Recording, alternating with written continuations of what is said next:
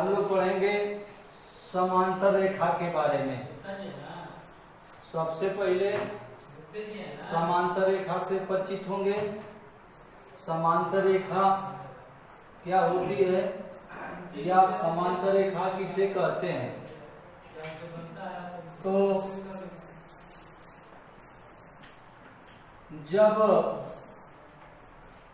दो रेखाओं के बीच की दूरी सभी जगह समान होती है तो उन्हें समांतर रेखा कहते हैं। जैसे मान लीजिए कि यम और यन दो रेखाएं हैं, इनके बीच की लंबवत दूरी मान लीजिए कि 2 सेमी, 2 सेमी, 2 सेमी, 2 सेमी है, तो ये दोनों रेखाएं समांतर कहलाएंगी। प्रतीक के माध्यम से इनको यम समांतर यन लिखा जाता है। 2 खड़ी पाई लिखेंगे तो उसको जो है समांतर का यह प्रतीक होता है शॉर्टकट में। तो समांतर रेखा किसे कहते हैं? परिभाषा हो गया, जब दो रेखाओं के बीच की दूरी सभी जगह समान हो तो उन्हें समांतर रेखाएं कहते हैं या उन्हें समांतर रेखा कहते हैं। इसके आगे कोई जरूरी नहीं होता है कि केवल 2 ही रेखाएं हों। रेखाओं की संख्या 2 से अधिक भी हो सकती है। जैसे उदाहरण के तौर पर मान लीजिए कि P, Q, R ये 3 रेखाएं हैं। PQ के बीच की दूरी 3 सेमी और QR के बीच की दूरी 1 सेमी है। तो इस प्रकार हम देखेंगे कि P और R के बीच की दूरी 3 + 1 = 4 हो गई। तो यहाँ पर P और R भी समांतर हो जाएंगी। इसके बाद Q और R भी समांतर हो जाएगा। तो परिभाषा इसको 2 प्रकार से हम परिभाषित कर सकते हैं। समांतर रेखा किसे कहते हैं?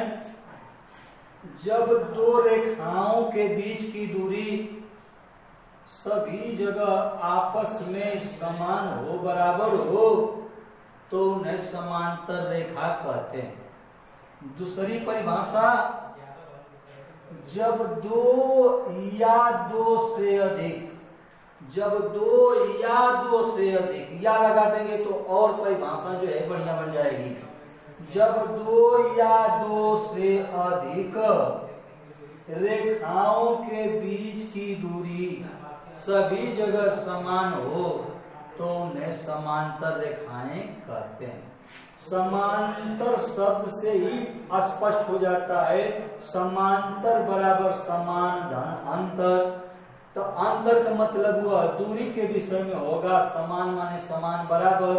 तो फिर वही भाव क्लियर हो गया कि 2 या 2 से अधिक रेखाओं के बीच की दूरी जब सभी जगह आपस में बराबर होती है तो उसे समांतर रेखा कहते हैं। तो यह परिभाषा जो है बीच की दूरी से बताया गया। दूसरी परिभाषा प्रतिच्छेद को आधार बनाकर बताया जाता है। समांतर रेखा की परिभाषा 2 प्रकार से हम देते हैं, एक दूरी को आधार बना करके और एक जो है प्रतिच्छेद को आधार बना करके। तो अब प्रतिच्छेद को आधार बना करके हम समझेंगे, जब 2 रेखाएं हों और दोनों रेखाओं को अपनी सीध में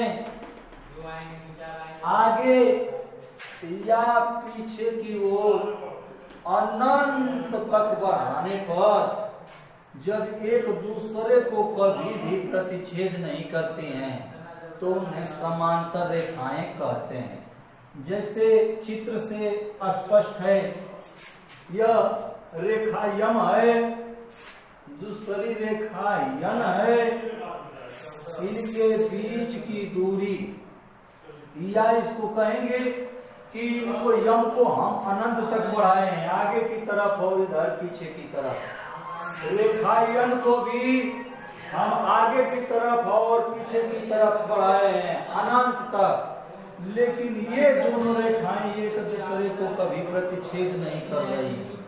तो जब दो रेखाएं या दो से अधिक रेखाएं एक दूसरे को आगे या पीछे की ओर बढ़ाने पर कभी भी प्रतिच्छेद नहीं करेंगी, तो उन्हें हम समांतर रेखा समझ लेंगे कि ये दोनों रेखाएं समांतर हैं।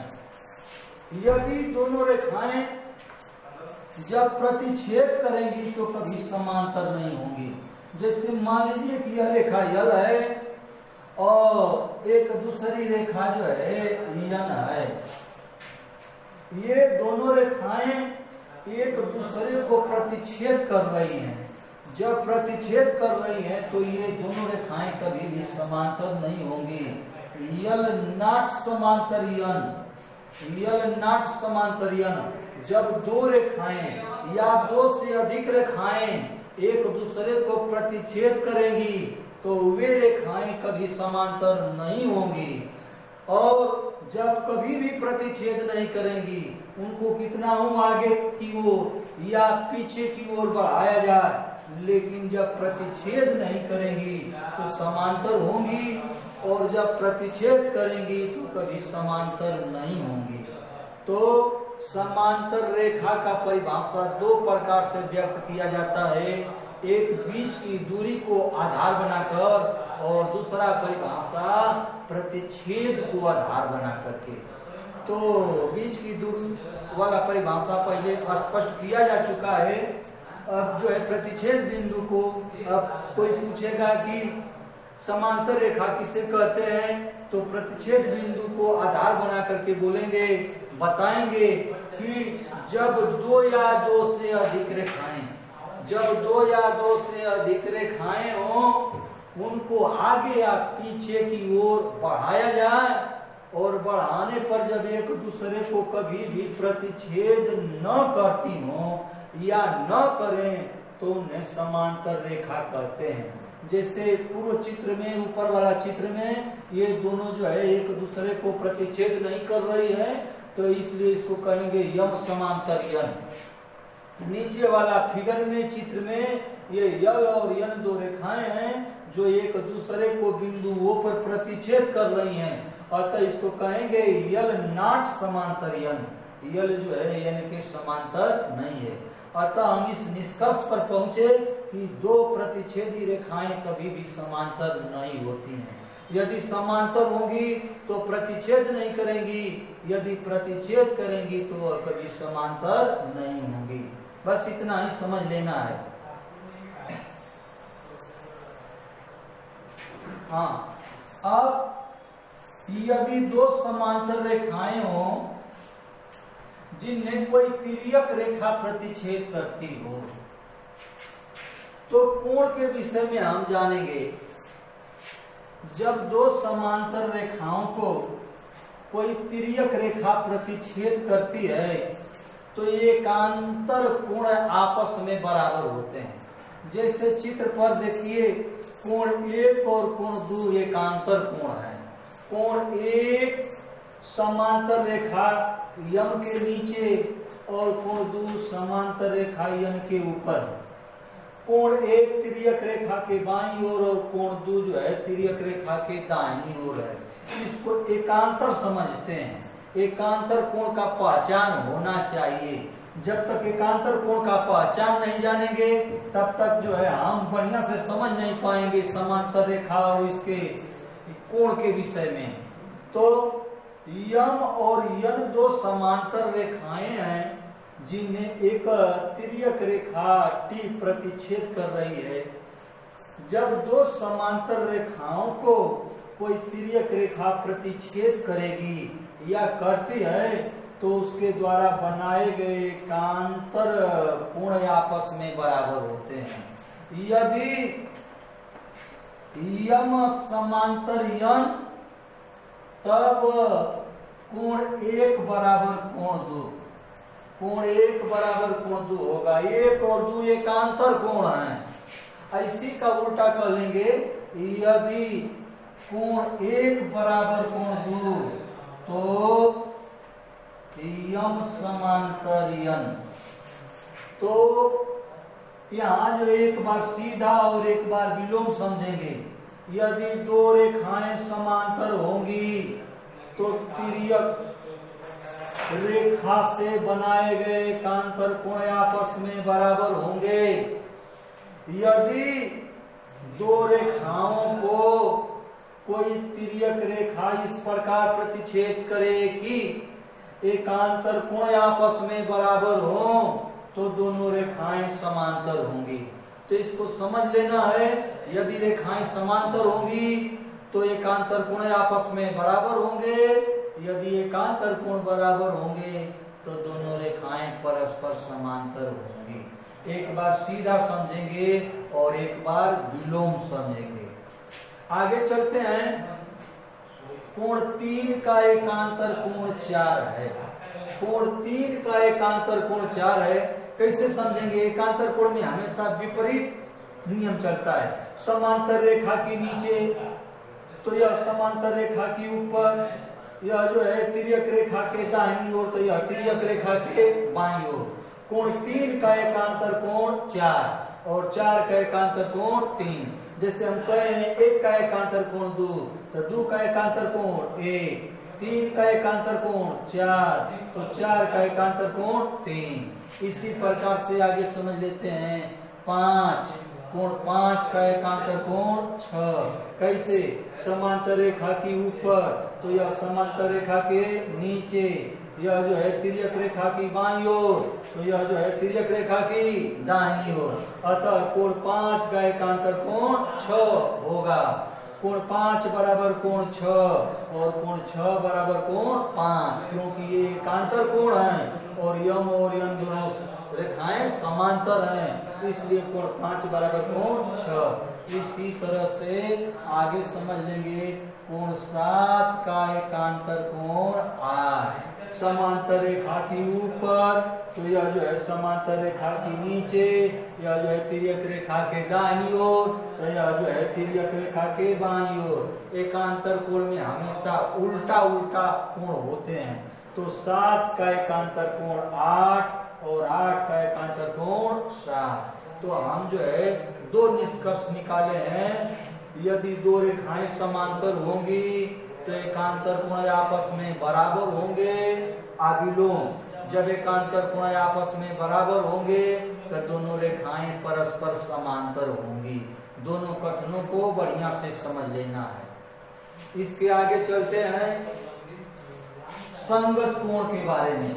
अभी हम लोग पढ़े हैं एकांतर कोण के बारे में, अब पढ़ेंगे इसके आगे संगत कोण। संगत कोण की स्थिति क्या होती है, संगत कोणों में क्या संबंध होता है, कौन बड़ा होता है कौन छोटा होता है या बराबर होते हैं, इसके विषय में हम लोग जानेंगे, समझेंगे, पढ़ेंगे। मान लीजिए ये दो रेखाएं यम और यन हैं जिनमें तिर्यक रेखा टी प्रतिच्छेद कर रही है। अब संगत कोण के बारे में पढ़ेंगे। कोण 1 का संगत कोण 2 है। क्यों? समांतर रेखा के ऊपर तो यह भी समांतर रेखा के ऊपर, तिर्यक रेखा के बाईं ओर तो यह भी तिर्यक रेखा के बाईं ओर। एकांतर में हमेशा उल्टा करके बताया जाता है, समझा जाता है, और संगत में हमेशा सीधा जाना जाता है।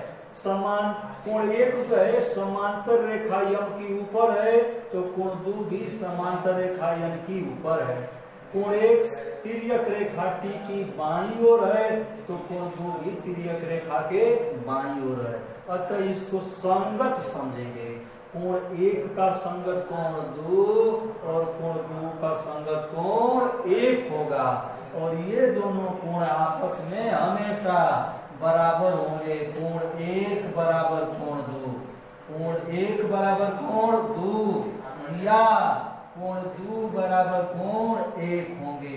ये कोण 1 बराबर कोण 2 और कोण 2 बराबर 1 कब होगा? जब यम समांतर यम, जब यम समांतर यन या यन समांतर यम। इसी तरह से आगे समझेंगे। जैसे कोण 3 का संगत कोण 4 होगा। समांतर रेखा के ऊपर तो यह भी समांतर रेखा के ऊपर, तिर्यक रेखा के दाहिनी ओर तो यह भी तिर्यक रेखा के दाहिनी ओर। अतः ये दोनों संगत हैं। कोण 3 का संगत कोण 4 और 4 का संगत कोण 3। हम जानेंगे या कहेंगे कि जब दो समांतर रेखाओं को कोई तिर्यक रेखा प्रतिच्छेद करती है तो संगत कोण आपस में बराबर होते हैं। इसी का उल्टा कर लेंगे, यदि संगत कोण बराबर होंगे, यदि संगत कोण बराबर होंगे तो दोनों रेखाएं समांतर होंगी। एक बार सीधा समझेंगे और एक बार उल्टा समझेंगे। सीधा क्या है, जब दो समांतर रेखाओं को कोई तिर्यक रेखा प्रतिच्छेद करती है तो संगत कोण आपस में बराबर होते हैं। इसी का विलोम कर लेंगे, यदि कोण 3 बराबर कोण 4, यदि कोण 3 बराबर कोण 4 तो यम समांतर यन, यम समांतर यन, इसको कहते हैं संगत कोण अभिग्रहित। इसको क्या कहा जाता है, संगत कोण अभिग्रहित कहा जाता है। संगत कोण अभिग्रहित कोष्टक में इसको लिख दिया जाता है। तब मुख्य निष्कर्ष निकला, यदि दो रेखाएं समांतर हो और उन्हें कोई तिर्यक रेखा प्रतिच्छेद करती हो तो उसके द्वारा बनाए गए संगत कोण अवश्य ही आपस में बराबर होते हैं। आप विलोम में कर लेंगे, यदि दो रेखाओं को विलोम बोलेंगे तो पहले समांतर रेखा नहीं बोलेंगे, बाद में समांतर रेखा बोलेंगे अंत में। जैसे मैं बोल रहा हूं, सुनो देखो, यम और यन दो रेखाएं हैं जिनमें एक तिर्यक रेखा टी इस प्रकार प्रतिच्छेद कर रही है कि कोण 3 बराबर कोण 4, इसलिए यम समांतर यन। तो सीधा सीधा समझ लेंगे, यदि दो रेखाएं समांतर होंगी तो संगत कोण बराबर होंगे। विलोम में पढ़ लेंगे, यदि संगत कोण बराबर होंगे तो दोनों रेखाएं परस्पर समांतर होंगी। जैसे एकांतर वाला में पढ़े थे, रेखाएं यदि दो रेखाएं समांतर होंगी तो एकांतर कोण बराबर होंगे, और यदि एकांतर कोण बराबर होंगे तो दोनों रेखाएं समांतर होंगी। ठीक उसी प्रकार से संगत वाला में समझ लेंगे, यदि दो रेखाएं समांतर होंगी तो संगत कोण बराबर होंगे। विलोम में यदि संगत कोण बराबर होंगे तो दोनों रेखाएं परस्पर समांतर होंगी। आगे चलते हैं।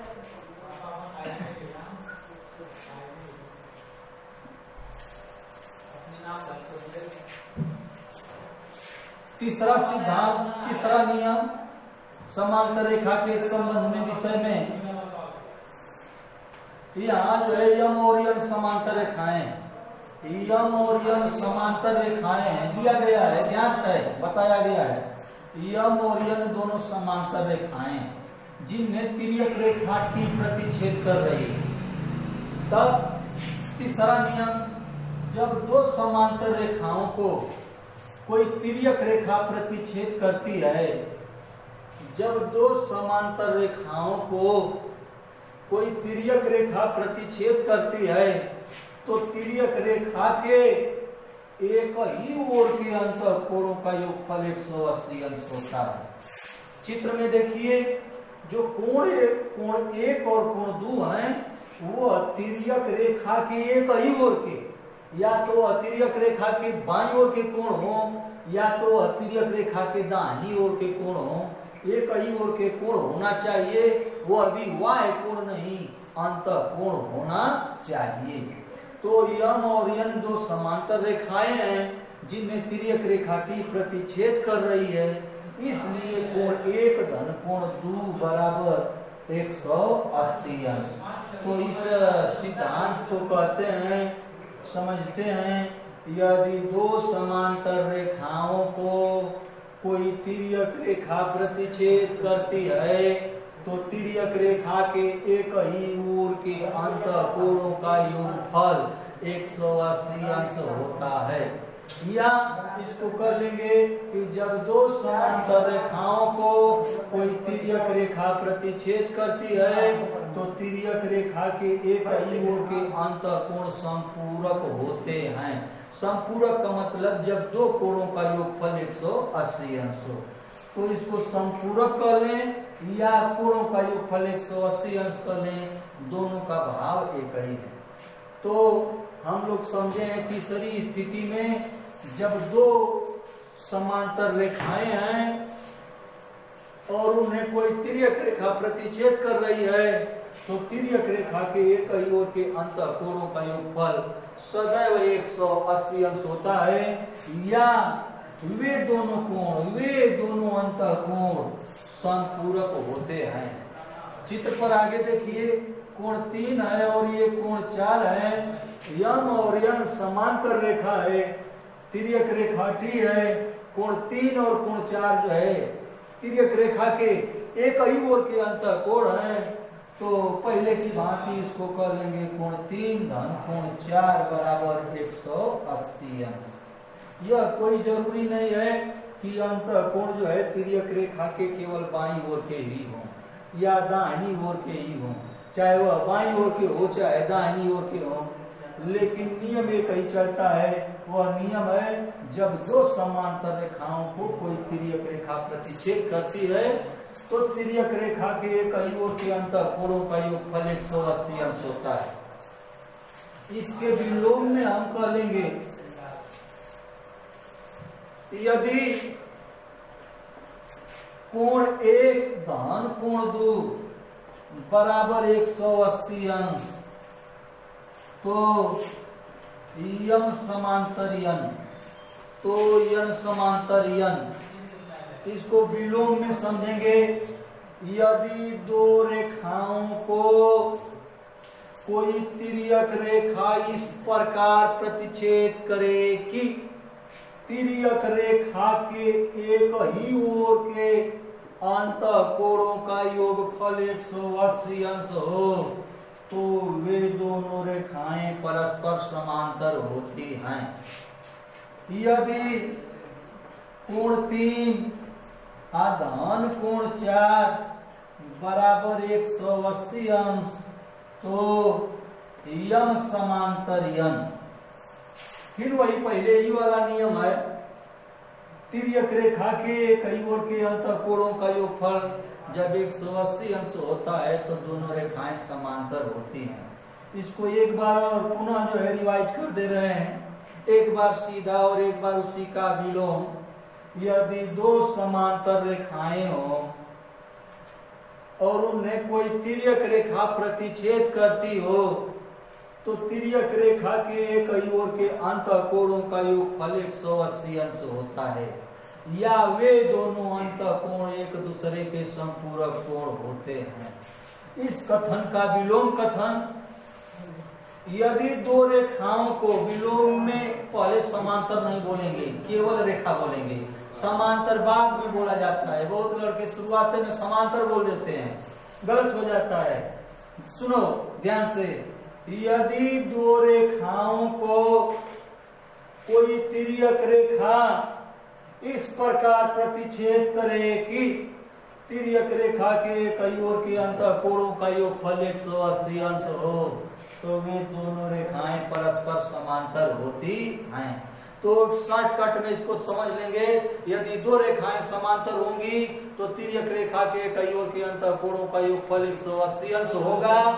यदि तिर्यक रेखा के कई ओर के अंतःकोणों का योगफल 180 अंश होगा तो वे दोनों रेखाएं परस्पर समांतर होंगी।